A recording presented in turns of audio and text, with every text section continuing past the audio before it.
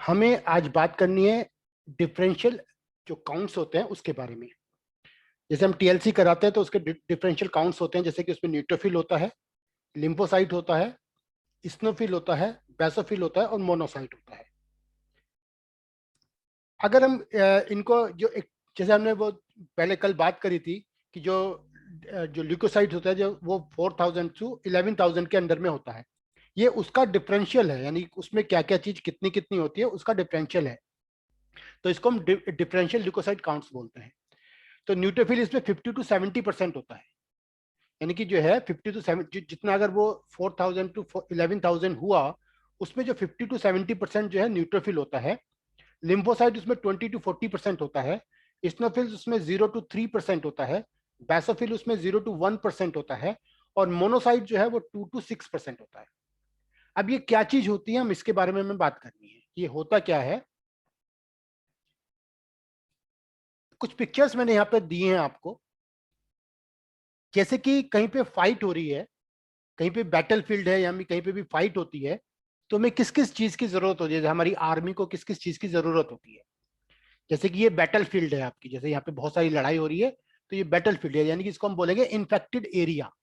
यानी कि जहां पर हमें बैटल है, यानी कि हमारी बॉडी के अंदर वो क्या बैटल फील्ड कौन सा हुआ, जहां पर इन्फेक्शन आया है, जहां पर पैथोजन आया है, उसको इन्फेक्टेड एरिया वो हुआ, तो वो हमारा बैटल फील्ड हो गया। यानी कि हमारी बॉडी उस जो इन्फेक्शन जहां पर हुआ है वो हमारा बैटल फील्ड हो गया। बैटल फील्ड होगा तो हमें सबसे पहले किसकी जरूरत होती है, हम जो है वो आर्मी को भेजते हैं अपनी, वहां पर जो पैदल आर्मी होती है वो वहां पर हम भेजते हैं।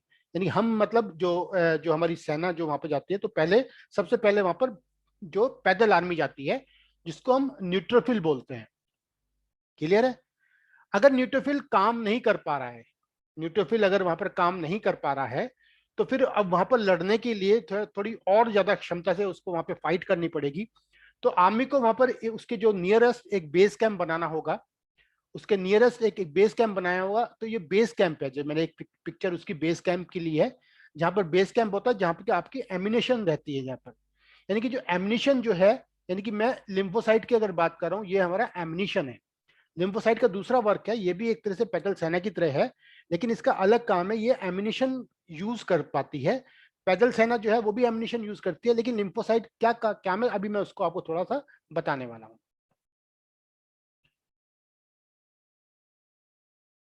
फिर उसके बाद क्या होता है कि ये आपका जो जब वहां पर बैटल खत्म हो जाए, तो वो जब लड़ाई खत्म हो जाती है, तो वहां पर क्लीनिंग चाहिए, मतलब उस एरिया में हमें क्लीनिंग करनी होती है।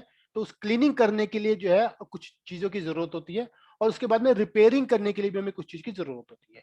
ठीक है ना। तो ये चीजें हमें चाहिए। तो अब इसको मैं कैसे डिफ्रेंशिएट करना पाऊंगा, एक मिनट में, एक सेकंड बस होल्ड करें, मैं एक मिनट आया।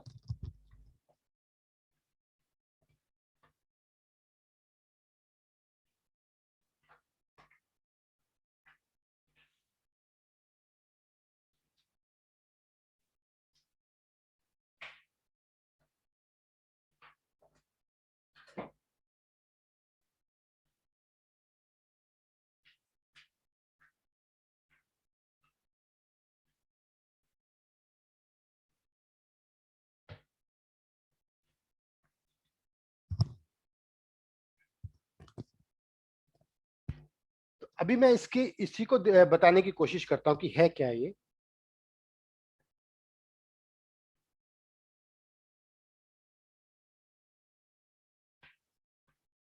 जैसे कि हमने न्यूट्रोफिल की बात करी, न्यूट्रोफिल जो है उसकी वैल्यू हमने कितनी बात करी, 50 to 70 होती है। वो जो है एक तरह से इन्फेंट्री होती है हमारी, यानी कि पैदल सेना होती है। और शरीर में जो हमारे रक्त प्रवाह में जो प्रवेश किए हुए कीटाणु होते हैं, जैसे कि हमारे कोई भी इन्फेक्शन हमारी बॉडी में है, जो भी टाइफाइड हो, मीजल्स हो, किसी कोई भी है, वो क्या करते हैं जब हमारी बॉडी में अटैक करते हैं, तो वहां पर उस एरिया में जब वो कुछ मतलब हमारे जो सेल को जब डैमेज करते हैं, तो उस सेल की जो है गंध, जो यानी कि जो स्मेल है वो थोड़ी चेंज हो जाती है। या ऐसे करते हैं वहां पे सड़े हुए कुछ जो है उनकी सड़े हुए कुछ टिश्यूज हो जाते हैं वहां पे, उनको उनकी स्मेल से हमारे जो बॉडी में न्यूट्रोफिल है वो वहां पर चले जाते हैं, और उसको जाके उसको उस बैक्टीरिया को जो इन्फेक्शन को किल करने लगते हैं, मारने लगते हैं। अगर आपकी न्यूट्रोफिल वहां पर उसको मार पाते हैं, तो अब आपका इन्फेक्शन वो लो ग्रेड का है इन्फेक्शन, और न्यूट्रोफिल उसको मार देते हैं। अगर वो न्यूट्रोफिल उसको मार नहीं पाते हैं तो फिर क्या होगा, न्यूट्रोफिल थोड़े कम होने शुरू हो जाएंगे। यानी कि सबसे पहले क्या होगा, न्यूट्रोफिल थोड़े बढ़ेंगे। बढ़ने के बाद क्या होगा कि अब जब वो मार नहीं पा रहे हैं तो न्यूट्रोफिल हमारे क्या होगा, थोड़े से कम होने शुरू हो जाएंगे। तो जब कम होने शुरू हो जाएंगे तो दूसरा एक और हमारी पैदल सेना है जिसको हम लिम्फोसाइट्स बोलते हैं। वो भी 22, हमारी बॉडी के अंदर कितना होता है, 22 40% तक होता है वो। तो उसका क्या काम है, वो एक तरह से हमारी जो शरीर में जो वो होते हैं, क्या नाम, जासूस जो होता है, जासूस, वो उसकी तरह से काम करता है ना, स्पाइक की तरह काम करता है लिम्फोसाइट। वो उस एरिया में जाता है और वो देखता है, जासूसी करते हैं और देखता है कि किस प्रकार का इन्फेक्शन है। अगर वो इन्फेक्शन को मार पाता है तो मार मार उसको मतलब किल करने का काम करेगा। अगर मार नहीं पाता है तो कैसे मारा जाता है उसको, उसको जो है वो अपने उसमें अपने बॉडी में जो है उसको रिस्टोर कर लेगा, यानी कि एंटीजन बना देगा वो। जैसे जो हम अभी एंटीबॉडीज की बात कर रहे हैं, तो वो उसको बना सकता है वो, यानी कि वो लिम्फोसाइट बनाता है। क्लियर, यानी कि सेकंड स्टेज पे आता है लिम्फोसाइट। ये पहले स्टेज में तो जैसे न्यूट्रोफिल पहले बढ़े, लिम्फोसाइट हमारे नॉर्मल है, तो यानी कि एक फर्स्ट स्टेज का इन्फेक्शन है। उसके बाद हम बात करें कि हमारे जो न्यूट्रोफिल जो हैं वो कम हुए और लिम्फोसाइट हमारे बढ़ने शुरू हुए, ये सेकंड टाइप का इन्फेक्शन है, यानी कि वो सेकंड स्टेज का इन्फेक्शन है। थर्ड स्टेज में क्या होगा, आपके न्यूट्रोफिल भी कम हो जाएंगे और लिम्फोसाइट भी कम हो जाएंगे, यानी कि और जो है थोड़ा सा कठिन इन्फेक्शन है। बात समझ रहे? नेक्स्ट पे मैं आपको बता रहा था स्नोफिल का क्या काम है। ये भी हम जो स्नोफिल जो है ये भी हमारी पैदल सेना का सदस्य है, यानी कि ये भी इन्फेंट्री है हमारी बॉडी में। लेकिन ये जब बढ़ता है जब हमारी बॉडी में कोई जो, या तो कोई एलर्जिक रिएक्शन हुआ हो, या तो हमारी बॉडी में कोई एलर्जिक रिएक्शन हुआ तो हमारा स्नोफिल हमारी बॉडी में बढ़ता है। या कोई पैरासाइट इन्फेक्शन हुआ है, जैसे कोई हमारे वर्म्स हो गए हैं, हमारे परजीवी पैरासाइट अगर हमारी बॉडी में हुआ है तो स्नोफिल्स आपके बढ़ने शुरू हो जाते हैं। क्लियर है? एक मोनोसाइट का क्या काम है, मोनोसाइट क्या करता है, ये हमारी जो बैटलफील्ड होती है, बैटलफील्ड, वहां पर जो है क्लीनिंग का काम करता है। यानी कि ये क्या काम करता है, मोनोसाइट का क्या काम है, ये सफाई का कार्य करते हैं। और लड़ाई जब जो लड़ाई के दौरान जो भी हमारे जो वो टिश्यूज जो डैमेज हो चुके होते हैं, यानी कि जो वहां पर दुश्मन या अपने लोग जो वहां पर मर चुके होते हैं, तो उनका ये सफाई करता है। यानी कि टी लिम्फोसाइट्स, या ये दो प्रकार के होते हैं। जो जो ये बढ़ने के बाद जो है, यानी कि अगर ये बढ़ रहा है तो हमारी बॉडी में ये क्लीनिंग क्रिया कर रहे हैं, ऐसा करके होता है। एक और है बेसोफिल। बेसोफिल का क्या काम है, ये बेसोफिल क्या करता है, हमारी शरीर में जो टिश्यू जो रिपेयर करने लायक होते हैं उनकी रिपेयरिंग करते हैं। यानी बेसोफिल क्या करते हैं, जो अगर हमारी बॉडी में जो इंजर्ड हुए हैं टिश्यूज, उनकी रिपेयरिंग का काम कौन करते हैं, बेसोफिल करते हैं। तो अब आप ये समझे कि क्या अगर कोई चीज बढ़ रही है, बेसोफिल बढ़ रहे हैं, तो यानी कि रिपेयरिंग हमारी बॉडी में ज्यादा हो रही है। अगर हमारी मोनोसाइट हमारी बॉडी में बढ़ रहे हैं तो हमारी क्लीनिंग ज्यादा हो रही है, यानी कि टिश्यूज डैमेज हो रहे हैं और क्लीनिंग ज्यादा हो रही है। तो इस प्रकार से हम जो है ये पता कर सकते हैं कि हम हमारे ब्लड में जो इन्फेक्शन हुआ किस स्टेज का है और क्या चीज बढ़ी है, तो उसको हम कैसे ट्रीट करें। तो अभी इसी के बारे में हम बात करेंगे। पहले मैं न्यूट्रोफिल की बात करता हूं। तो एक तो जब न्यूट्रोफिल जो है an abnormally low count of neutrophil हो जाए तो उसको हम न्यूट्रोपीनिया बोलते हैं। अगर हमारी बॉडी में न्यूट्रोफिल कम होने शुरू हो जाए तो उसको हम न्यूट्रोपीनिया बोलते हैं। और उसमें कौन कौन सी डिसीज में ऐसा होता है, यानी कि deceased production, decrease production in the bone marrow. ये क्यों होता है, बोन मैरो में इसका प्रोडक्शन डिक्रीज क्यों होता है, एक तो ए प्लास्टिक एनीमिया में, या कोई ऑर्सेनिक पॉइजनिंग में, कैंसर है कोई, है ना, ब्लड कैंसर अगर है तो उसमें ज्यादातर, या कोई ऐसी मेडिकेशन है जिसकी वजह से वो न्यूट्रोफिल आपके कम हो जा रहे हैं, या कोई हेरिडिटरी डिसऑर्डर है, यानी कंजेनाइटल न्यूट्रोफिल जो है कोई प्रॉब्लम है, आपको कंजेनाइटली जो है न्यूट्रोफिल कम रहते हैं तो उसमें भी हो सकता है, या रेडिएशन थेरेपी किसी को हुई है, या किसी को विटामिन बी 12 फोलेट या कॉपर डेफिशिएंसी हुई है, तो आपको जो है न्यूट्रोपिनिया हो जाएगा, यानी कि आपके जो है कम हो जाएगा, न्यूट्रोफिल आपकी बॉडी में कम हो जाएंगे।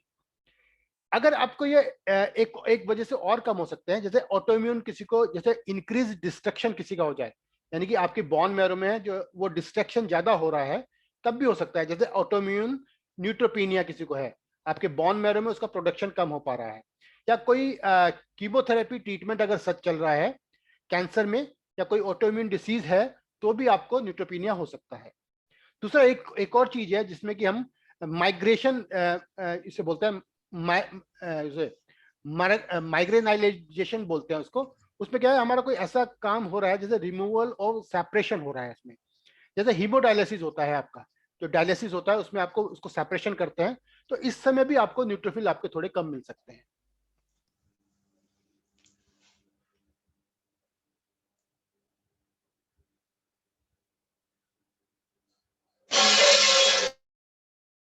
नेक्स्ट वन, कुछ मेडिकेशन है, इस मेडिकेशन को बताने की जरूरत नहीं है कि ये मेडिसिन है जिसको इनको लेने से जो है वो कम होता है, यानी कि न्यूट्रोफिल कम हो जाता है, कुछ मेडिकेशन है।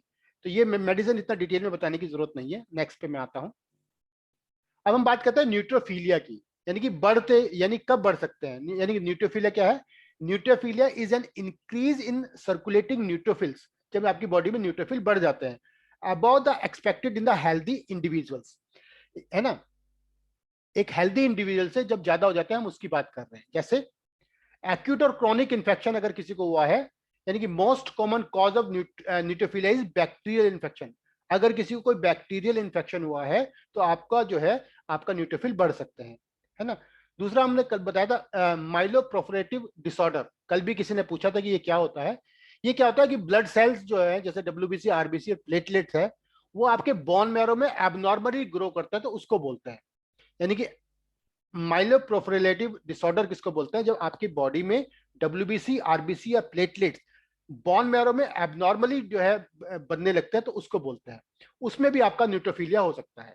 दूसरा एक्यूट स्ट्रेस में आपको हो सकता है, या ल्यूकोमाइड रिएक्शन में हो सकता है। ल्यूकोमाइड रिएक्शन क्या होता है? It is an increase in the WBC count which can mimic leukaemia. इसमें ऐसा होता है कि आपको डब्ल्यूबीसी काउंट जो है इंक्रीज हो जाए, लेकिन ऐसा वो मिमिक है, मतलब एक्चुअली नहीं होते हैं, वो किसी वजह से हो रहे हैं। क्योंकि अगर किसी के डब्ल्यूबीसी ज्यादा बढ़ गए तो कैंसर के अंदर आता है, ये कैंसर नहीं है। तो उसको बोलता है leukemoid reaction. The reaction is actually due to an infection और another disease and is not a sign of cancer, ठीक है ना। स्टेरॉइड की वजह से भी आपको हो सकता है, यानी कि आपको न्यूट्रोफिलिया जो है स्टेरॉइड की वजह से भी हो सकता है। कोई एक्यूट इन्फ्लेमेशन किसी को हुई है उसकी वजह से भी आपको बढ़ सकता है। Will be raised after a heart attack, या अदर इन्फ्रेक्ट कोई हो जाए, या बर्न हो जाए, कहीं पे जल जाए, या आपको हार्ट अटैक हो जाए, तब भी आपको न्यूट्रोफिलिया हो सकता है। किसी ट्यूमर में भी हो सकता है ना। या कोई कोई सीवियर टाइप ऑफ एनीमिया होता है, उसमें भी आपको जो है बोन मैरो में कोई डिसीज की वजह से एनीमिया होता है, उसमें भी आपका ये बढ़ सकता है। या हाइपर एक्टिव बोन मैरो है, आपकी बोन मैरो में कोई ऐसी प्रॉब्लम है जो हाइपर एक्टिव है, ज्यादा प्रोड्यूस कर देती है, तो भी हो सकता है। इसके अलावा हम लिम्फोसाइटोपिनिया की बात करते हैं। लिम्फोसाइटोपिनिया क्या है? साइटोपिनिया क्या है? यानी कि lymphocytopenia is a condition of having an abnormal low level of lymphocyte in the blood. अब इसमें डिसीज कौन कौन सी? ऑटोइम्यून डिसऑर्डर जैसे ल्यूपस है, रूमेटिक अर्थराइटिस है, इसमें हो सकता है। इन्फेक्शन में जैसे एचआईवी है, वायरल हेपेटाइटिस है, टाइफाइड फीवर है, इन्फ्लुएंजा है, इसमें भी हो सकता है। बोन मैरो में डैमेज हो गया है, जैसे कीमोथेरेपी होगी, रेडिएशन थेरेपी होगी उससे, या कॉर्टिकोस्टेरॉइड अगर कोई स्टेरॉइड ले रहे हैं तो उससे आपको हो सकता है। हम लिम्फोसाइटोसिस की बात कर रहे हैं। अब ये हम बात कर रहे थे अभी न्यूट्रोफिल की, यहां पर हम बात कर रहे हैं लिम्फोसाइट की। तो लिम्फोसाइटोसिस मतलब जब इंक्रीज लेवल ऑफ लिम्फोसाइट हो गए हैं, उसकी हम बात करते हैं। ये कहां पर हो सकता है? एक्यूट वायरल इन्फेक्शन में हो सकता है, जैसे चिकन पॉक्स किसी को हुई है, या साइटोमेगलोविर वायरस अगर किसी को हुआ है, या ईबीवी वायरस किसी को हुआ है, या हर्पीज जोस्टर हुआ है, जो रुबेला वायरस हुआ है, तो इनकी वजह से आपको हो सकता है। या सर्टेन बैक्टीरियल इन्फेक्शन, जैसे कि आपको पर्ट्यूसिस हुआ है, वूफिंग कफ किसी को है, या ट्यूबरकुलोसिस है, तो इसमें लिम्फोसाइटोसिस हो सकता है। टॉक्सोप्लाज्मोसिस हो सकता है, टॉक्सोप्लाज्मा अगर किसी को हो जाता है, इसमें भी आपको हो सकता है। क्रॉनिक इन्फ्लेमेटरी डिसऑर्डर है, या अल्सरेटिव कोलाइटिस किसी को है, इसमें भी हो सकता है। लिम्फोसाइटोपिन लिम्फोसाइटिक ल्यूकीमिया में हो सकता है, लिम्फोमा में हो सकता है, ये कैंसर के कॉज है। और स्ट्रेस में भी हो सकता है, जब एक्यूट स्ट्रेस किसी को हुआ है उसमें भी आपको लिम्फोसाइटोसिस हो सकता है, यानी कि आपका लिम्फोसाइट बढ़ सकते हैं। अगर आप मेरी बात समझ पा रहे हैं तो हम इन सब का जो भी हम बात करें, जैसे वायरल इन्फेक्शन है या टोक्सोप्लाज्मा है, इसमें हम टॉक्सिक हीट के ट्रीटमेंट करते हैं। जैसे हमारा अल्सरेटिव कोलाइटिस है, इसमें ह्यूमिडिटी इन लार्ज इंटेस्टाइन का ट्रीटमेंट करते हैं। तो अगर आपको ये रिपोर्ट पढ़नी आ रही है तो हमें क्या ट्रीटमेंट करना है, किस किस चीज में बड़ा हो सकता है, और उसको हम डायग्नोज करेंगे, जैसे कि अपने टीसीएम से डायग्नोज करते हैं, डायग्नोज करके हम उसका वो अगर एग्जैक्ट ट्रीटमेंट दे पाते हैं तो वो पेशेंट क्योर हो सकता है। अभी हाउ टू डायग्नोज का कोर्स है हमारा, 10 तारीख से हाउ टू डायग्नोज का कोर्स है। उसमें ये सब जो है टीसीएम के लेवल से हम कैसे डायग्नोज करते हैं, पैटर्न डायग्नोज कैसे करते हैं, हमें उसका डिस्कशन करना होता है। तो वो 10 तारीख से हमारा ट्रीटमेंट वो एकदम कोर्स शुरू है, और वो लगभग 12 दिन का कोर्स होता है और 2.5 घंटे का कोर्स पर डे का होता है। तो जो भी है तो मेरे से पूछ सकते हैं कि जिसके बारे में जिसको नहीं पता है, वो व्हाट्सएप नंबर आपके पास है, उसमें आप मेरे से पूछ सकते हैं। अब मोनोसाइट की हम बात कर रहे हैं। मोनोसाइट में बता चुका हूं आपको मोनोसाइट क्या होता है। मोनोसाइट के बारे में मैंने आपको क्या बताया था, ये जो है आपके क्लीनिंग करते हैं, बॉडी में क्या करते हैं, क्लीनिंग करते हैं जाके। तो अगर लो मोनोसाइट है किसी के, तो यूजुअली लो जो काउंट होता है is not medically significant. Repeated low count can indicate, अगर किसी को बार बार रिपीट, अगर लो जो मोनोसाइट है उसका कोई फॉर्म नहीं होता है, लेकिन अगर बार बार किसी को होना है तो आपको बोन मैरो में डैमेज हुआ है, या कोई वहां पे कोई प्रॉब्लम है, या कोई उसको हैरी सेल ल्यूकीमिया अगर किसी को है, ल्यूकीमिया के केस में भी आपको हो सकता है। दूसरा, हम मोनोसाइटोसिस की बात करते हैं। अगर इंक्रीज लेवल ऑफ मोनोसाइट, वो कहां पर हो सकता है, वो हो सकता है क्रोनिक इन्फेक्शन, जैसे टीबी किसी को हुआ है या कोई किसी को फंगल इन्फेक्शन हुआ है क्रोनिक, उसमें ये आपको बढ़ जाएंगे। या infection with in the heart, अगर किसी को बैक्टीरियल इंडोकार्डाइटिस हुआ है, तो भी ये बैक्टीरियल इंडोकार्डाइटिस किसी को हुआ है तो आपका ये बढ़ जाएगा, आपका मोनोसाइटोसिस हो जाएगा। यानी ये एक और है, जैसे किसी को ल्यूपस हुआ है, एसएलई जिसे बोलते हैं, स्क्लेरोडर्मा किसी को हुआ है, रोमेटॉइड अर्थराइटिस हुआ है, ये वस्कुलाइटिस हुआ है, तो ये भी तब भी आपको मोनोसाइटोसिस बढ़ जाएगा। यानी बॉडी को, ब्लड को उस समय क्लीनिंग की बहुत ज्यादा आवश्यकता होती है, क्योंकि वहां पर बैटल फील्ड में जो है बहुत ज्यादा जो है टिश्यूज डैमेज हो चुके होते हैं, उसको बार बार साफ करना पड़ता है। तो मोनोसाइटिक और माइलो मोनोसाइटिक ल्यूकीमिया में हो सकता है, यानी कि एक्यूट और क्रोनिक ल्यूकीमिया में इसको हम ये हमारा मान इसका बढ़ जाता है। नेक्स्ट वन क्या है, लो स्नोफिल्स। अब स्नोफिलिया को हमने क्या बताया था, ये एलर्जिक रिएक्शन में जो है ये इसका मान बढ़ जाता है, होते तो पैदल सेना की तरह ही है। तो एलर्जी यानी कि numbers are normally low in the blood, ये जो है लो होते हैं। वन और an occasional low number is usually not medically significant. अगर किसी का कम है तो ये मेडिकल सा कोई इसका रिलेशन नहीं है ज्यादा। लेकिन अगर किसी को स्नोफीलिया अगर हो गया है, यानी कि बढ़ गया है, तो अस्थमा आपको बता सकता है, एलर्जीज बता सकता है, या हे फीवर बता सकता है। यानी हे फीवर बोलते हैं सीजनल, जिसको एलर्जी होती है उसको हे फीवर बोलते हैं। बार बार सीजन में होने वाले चेंजेस में अगर कोई किसी को प्रॉब्लम होती है उसको बोलते हैं। या किसी ड्रग के रिएक्शन से भी आपको स्नोफीलिया बढ़ सकता है। पैरासाइटिक इन्फेक्शन में आपको बढ़ सकता है, जैसे पेट में आपके कीड़े हो गए, निमोटोड्स हो गए हो, उसमें भी बढ़ सकता है। या पैरासाइटिक इन्फेक्शन जैसे कि किसी को स्कैबीज हो गई हो, माइट अगर किसी को हो गया, सिर में अगर किसी को माइट हो गया तो उसमें भी ये बढ़ सकता है। इन्फ्लेमेटरी डिसऑर्डर, जैसे किसी को सीलिएक डिसीज किसी को है, इन्फ्लेमेटरी बाउल डिसीज किसी को है, आईबीडी जिसको बोलते हैं, है ना, उसमें भी आपको ये बढ़ सकता है स्नोफीलिया। सम कैंसर है जैसे ल्यूकेमिया और लिम्फोमास होता है, उसमें भी ये बढ़ सकता है।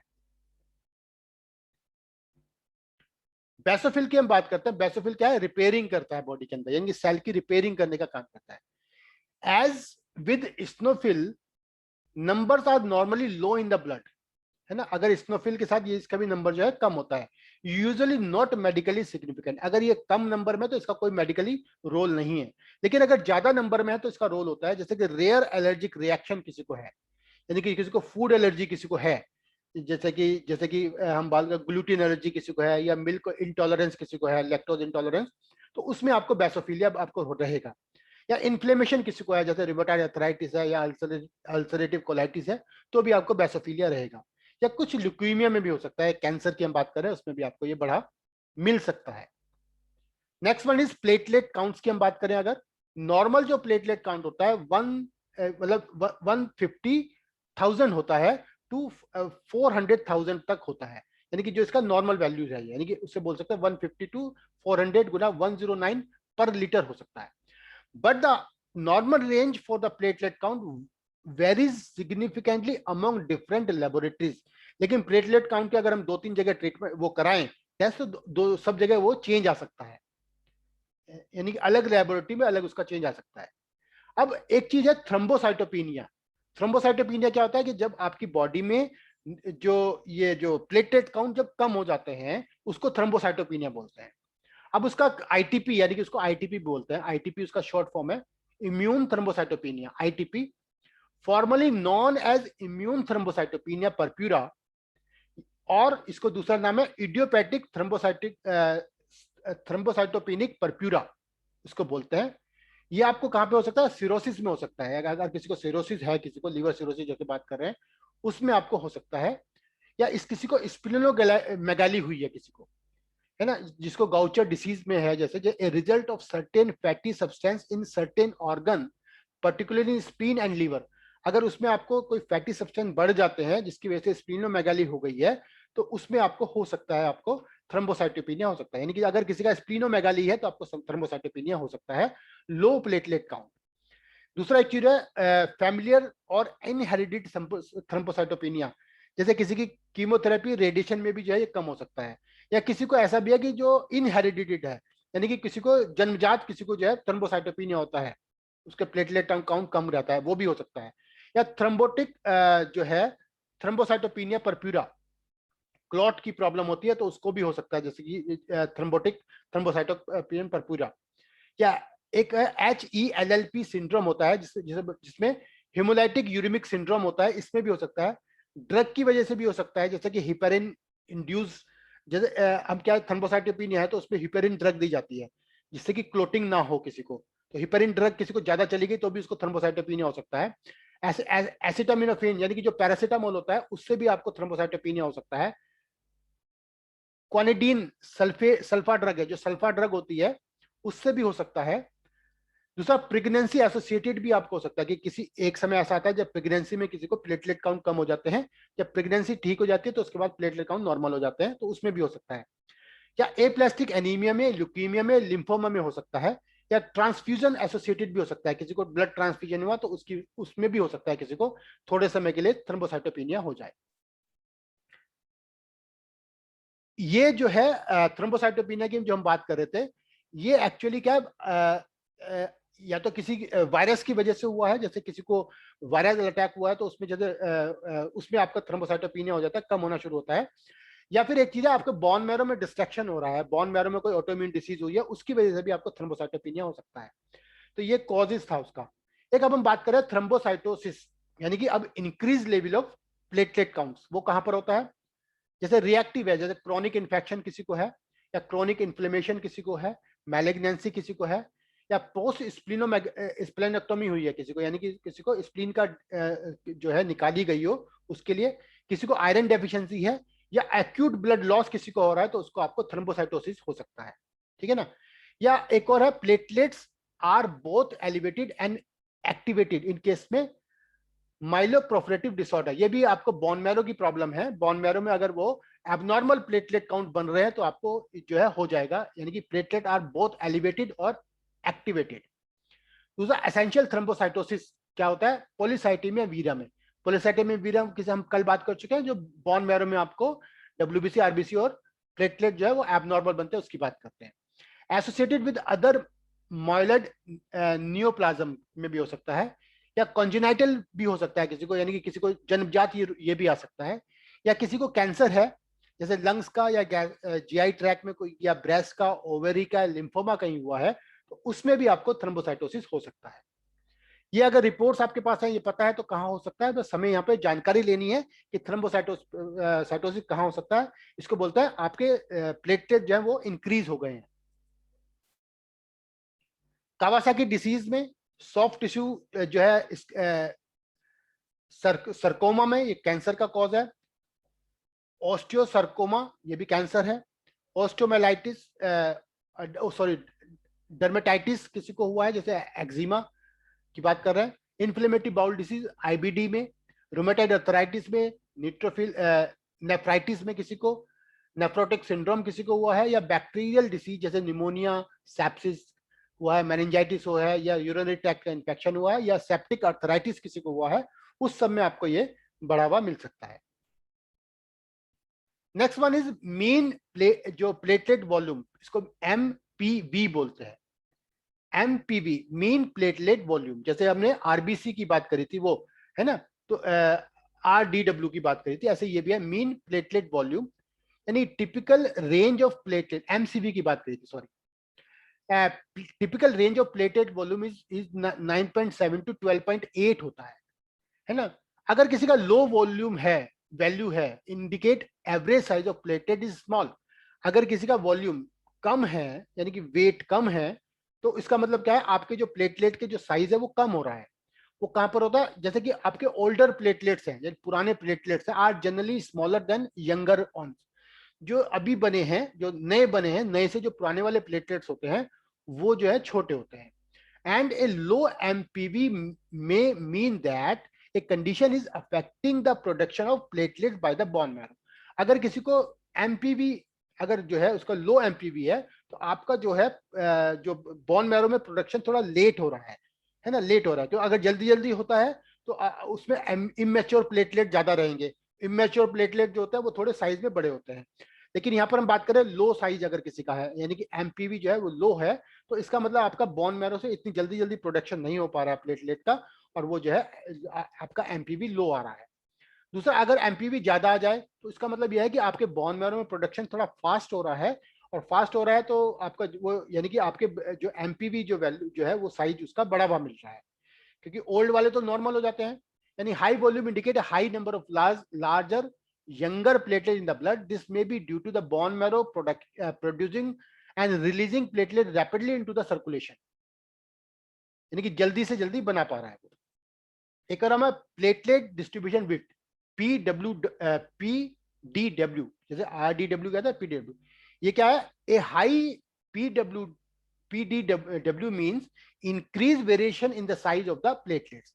आपके जो increase variation of the size of the platelets है, विच में mean that a condition is present that is affecting platelets. ये एक ऐसी कंडीशन है, इसमें आपको छोटे और बड़े सब तरह के जो हैं, तो उसमें प्लेट अगर ये बढ़ जाता है, अगर ये हाई PWD मन है, आपके अलग अलग साइज के प्लेटलेट्स उसके अंदर हैं। Next one is low blood count और हाई ब्लड काउंट। ये इसका क्या मतलब हुआ, यानी कि ऑल थ्री लाइंस डिप्रेस्ड इन, अगर हम बात करें जैसे ए प्लास्टिक एनीमिया किसी को है, और थ्री लाइन मतलब आपको हम बात करें WBC, RBC और जो है प्लेटलेट्स की बात कर रहे हैं, और थ्री। ए प्लास्टिक एनीमिया में लो ब्लड काउंट मिलेगा आपको, develop as a result of bone marrow damage, जो कि बोन मैरो डैमेज की वजह से हो रहा है। या हम बात कर रहे हैं माइलो डाइस्प्लास्टिक सिंड्रोम, MDS। ये क्या होता है, are condition that can occur when the blood forming cell in the bone marrow become abnormal. जैसे कीमोथेरेपी किसी की हो रही है तो ये आपको कम मिलेंगे, यानी कि लो ब्लड काउंट कम मिलेंगे जब आपको ए प्लास्टिक एनीमिया में या कीमोथेरेपी किसी की हो रही है तो। अगर हाई ब्लड काउंट्स कम मिलेंगे आपको, या पॉलीसाइटीमिया वीरा, यानी कि आपको जो है सेकेंडरी कंडीशन है ये कब, जबकि आपकी बोन मैरो में प्रोडक्शन आपका वो सही प्रकार से नहीं हो पा रहा है। एक टाइप ऑफ ब्लड कैंसर है ये भी। It cause your bone marrow to make too many red blood cells. These excess cells thicken your blood showing its flow which may cause serious problems such as blood clots। यानी कि RBC high blood counts अगर आपका है तो RBC ज्यादा है, RBC ज्यादा है तो आपका ब्लड की क्लॉटिंग जल्दी हो सकती है। एक चीज हम और करते हैं, हम ब्लड पिक्चर करते हैं, किसी की जनरल ब्लड पिक्चर हम करते हैं, या हम उसको ब्लड सीमर बोलते हैं उसको। तो उसको उसका क्या मीन होता है और उसका क्या क्या रोल होता है ब्लड के अंदर। जैसे कि ब्लड सीमर क्या होता है, a blood smear is a blood test use to look for abnormality in the blood cell that the test focus on the RBC, WBC and platelet. जब हम इनका जो है, अगर हम एबनॉर्मलिटी को चेक करते हैं तो उसका हम ब्लड पिक्चर कराते हैं। RBC तो हमें पता है ऑक्सीजन को कैरी करता है, यानी कि which carry oxygen through out the body, यानी हीमोग्लोबिन को, ये मतलब RBC मतलब हीमोग्लोबिन से रिलेशन है इसका। White cell which help your body fight infection, और platelet which is to important for blood clotting, ये होते हैं। ये जो टेस्ट जो हमें देता है provide information on the number of और shape of the the cell. ये क्या बता रहा है, ये आपको नंबर बता रहा है आपके, और आपका शेप बता रहा है आपके कि उसकी शेप कैसी है of the cell, which can help doctor diagnose certain blood disorder और अदर मेडिकल कंडीशन। कुछ प्रकार के डिसऑर्डर है वो ये बताने की कोशिश करता है। जैसे irregularities in the number of shape or your RBC can affect how oxygen travel in your body. अगर आपको ये इस पे इरेगुलरिटी है तो आपको ये पता लगता है कि आपको आरबीसी का पता लगता है, और आपका कम है तो जैसे कि आपका जो ऑक्सीजन कैसे ट्रेवल कर रहा है बॉडी में इसका पता लग जाता है। These abnormalities are often cause by a mineral or vitamin deficiency. ये जो डेफिशिएंसी ये जो होता है ये मिनरल की वजह से या विटामिन डेफिशिएंसी की वजह से हो सकता है, but they can also be cause by inherited condition. आपको जन्मजात भी हो सकता है, कोई किसी वजह से भी हो सकता है, सच है जैसे स्कल सेल एनीमिया किसी को है। स्कल सेल एनीमिया क्या होता है कि ये इनहेरिटेड कंडीशन है एनीमिया की। इसमें आपके जो ब्लड सेल जो है वो which are with there are not enough healthy red blood cell, इसमें आपके बहुत हेल्दी ब्लड सेल नहीं होते हैं। जब अनहेल्दी ब्लड सेल होते हैं, आरबीसी ब्लड जो आपके ब्लड सेल जो है अनहेल्दी होते हैं, तो ऑक्सीजन को कैरी करने में थोड़ा वो प्रॉब्लम करते हैं। तो ऑक्सीजन जब कैरी कम होती है आपकी तो उससे जो है आपको एनीमिया हो जाता है। तो स्कल सेल एनीमिया ये जन्मजात रोग है। नेक्स्ट वन, अगर हम बात करें व्हाइट ब्लड सेल, इसका क्या रोल है। हम यहाँ पे बात कर रहे हैं ब्लड पिक्चर की। तो व्हाइट ब्लड सेल की अगर हमने ब्लड पिक्चर कराई तो उससे क्या होता है, white blood cells are an integral part of your body's, immune system का एक पार्ट है, which is a network of tissues and cells that help your body fight infection. ये क्या करता है व्हाइट ब्लड सेल, आपके बॉडी में infection से फाइट करने का काम करता है। अगर ये ज्यादा है यानी having too many or too few, अगर कम है तो white blood cell can indicate a blood disorder, ये आपको ब्लड डिसऑर्डर बता रहा है। और ये disorder affecting these cell often result in the body's inability to eliminate or control infections or other inflammatory problem. ये क्या करेगा, आपकी बॉडी में इन्फ्लेमेशन को बढ़ा सकता है अगर ये कम है तो, और या कोई ना कोई इन्फ्लेमेटरी कंडीशन को पैदा कर देता है अगर आपको डब्ल्यूबीसी में कोई प्रॉब्लम है। Abnormalities in the shape of और number of white blood cell, अब यहाँ पे अगर उसके शेप और number of white blood cell में कुछ चेंजेस है, may be a sign of platelet disorder. इसकी वजह से क्या होगा, आपका प्लेटलेट डिसऑर्डर हो जाएगा, यानी कि डब्ल्यूबीसी की वजह से आपका प्लेटलेट भी डिसऑर्डर हो जाएगा। अब platelet disorder affect your body's ability to clot, और प्लेटलेट से आपको क्लॉटिंग का वो चेंज हो जाएगा, which can lead to excessive or prolonged bleeding or blood clotting. यानी कि ऐसा होता है कि उसको आपको ब्लीडिंग, अगर क्लॉटिंग नहीं हो पा रही है डब्ल्यूबीसी की वजह से तो आपको ब्लीडिंग ज्यादा हो सकती है या आपको क्लॉटिंग जल्दी हो सकती है। They often occur when the body produce too many or too few platelets, यानी कि डब्ल्यूबीसी का जो प्रभाव है वो हमारे प्लेटलेट्स पे भी पड़ता है। ये कब कराया जाता है, ब्लड सीमर टेस्ट कब कराया जाता है। The blood smear test is often done to diagnose condition that are causing, जैसे अनएक्सपेक्टेड जॉइंडिस है, किसी को जॉइंडिस की कंडीशन है, यानी कि अनएक्सपेक्टेड है कि होना तो चाहिए नहीं था लेकिन हो गया है, या अनएक्सप्लेन एनीमिया किसी को है, लो आरबीसी किसी को हो रहे हैं और वो हमें पता नहीं है क्यों हो रहा है। एबनॉर्मल ब्रशिंग किसी को हो रही है, यानी किसी को जो ब्रशिंग मतलब जो है जो जो आपकी लाइनें पड़ जाती है, ब्लड की लाइनें जो है पैरों पे जो पड़ जाती है उसकी बात कर रहे हैं, है ना। या परसिस्टेंट फ्लू लाइक सिम्टम किसी को है, जैसे कि आपको जुकाम जैसे रहता है, सडन वेट लॉस किसी को हो रहा है, सीवियर इन्फेक्शन किसी को हुआ है, स्किन रैशेज हो रहे हैं या बोन में कोई पेन है, तो उसमें हमें ये टेस्ट कराना पड़ता है। इसका जैसे result, what do the result mean, इसका मतलब क्या आता है, a blood smear is considered normal when your blood contain a sufficient number of cell and the cells have a normal percentage normal appearance. अगर आपके सारे जो सेल हैं वो नॉर्मल होंगे तो आपका जो है ये सीमर ठीक आता है। A blood smear is considered abnormal कब होगा, when there is an abnormality in the size shape and colour.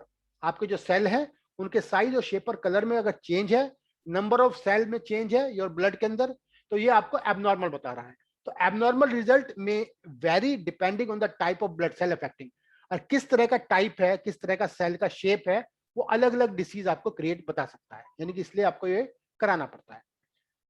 अगर रेड आरबीसी का डिसऑर्डर किसी को है, जैसे आयरन डेफिशिएंसी एनीमिया किसी को है, स्कल सेल एनीमिया किसी को है, हिमोलाइटिक यूरिमिक सिंड्रोम किसी को है, या पॉलीसाइटीमिया रुबीरा वीरा किसी को है, रुबेरा वीरा वायरस की वजह से, ये जब ये किसी को है तो आपको आरबीसी में डिसऑर्डर मिलेगा, यानी कि आपके a disorder in which the bodies does not produce enough normal RBC due to iron deficiency. जब आपकी बॉडी में आरबीसी कम होता है तो आयरन डेफिशिएंसी होती है तो आरबीसी आपके नॉर्मल नहीं होते हैं। या किसी को स्कल सेल एनीमिया में बता चुका हूं कि आपको एबनॉर्मल ही बनता है, बोन मैरो की प्रॉब्लम है ये, Hemolytic uremic syndrome है a group of blood disorder characterized by the low RBC which is not commonly triggered by an infection in the digestive system. अगर आपको digestive system में कोई infection वहां पर होता है हमेशा, तो उसकी वजह से भी आपको हेमोलाइटिक यूरेमिक सिंड्रोम हो सकता है, जिसकी वजह से आपको लो आरबीसी या आरबीसी का जो है चेंज मिलेगा आपको। तो नेक्स्ट वन, अगर हमारा ये हम बात करते हैं व्हाइट ब्लड सेल के बारे में, एक्यूट और क्रोनिक ल्यूकीमिया में जो एक तरह का कैंसर है, लिम्फोमा में एक फॉर्म ऑफ कैंसर है ये भी, एचआईवी में वायरस दैट इन्फेक्ट डब्ल्यूबीसी, कोई ऐसा वायरस है जो डब्ल्यूबीसी को इन्फेक्ट करता है ना। हेपेटाइटिस सी में जो भी वायरल इन्फेक्शन है, parasitic infection such as pinworm किसी को हुआ है, फंगल इन्फेक्शन में सच एज कैंडिडियासिस किसी को हुआ है, कैंडिडियासिस मतलब कैंडिडा होता है वायरस, ये फंगस होती है उसकी वजह से होता है। अदर लिम्फोप्रोफरेटिव डिसऑर्डर, ये आपको फिर हम बात कर रहे हैं, यानी कि कोई ब्रोन मैरो में कोई प्रॉब्लम है उसकी वजह से, ठीक है ना, ये आपको डब्ल्यूबीसी में चेंज है। प्लेटलेट में भी चेंज हो सकता है, डिसऑर्डर अफेक्टिंग प्लेटलेट इंक्लूड जैसे माइलोप्रोफिलिफरेटिव डिसऑर्डर, जैसे हम बात करें, एक group of disorder that cause blood cell to grow abnormally in the bone marrow, ठीक है ना।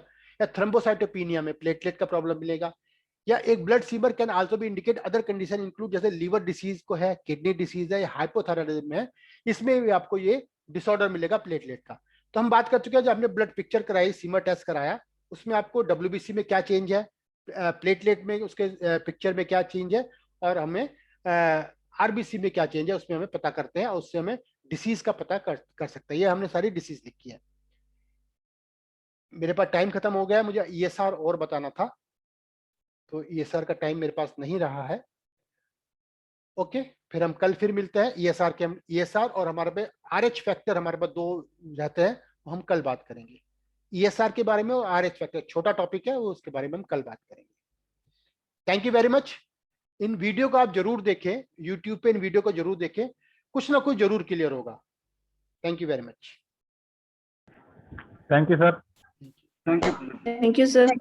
Thank you, sir. Thank you. Thank you, sir.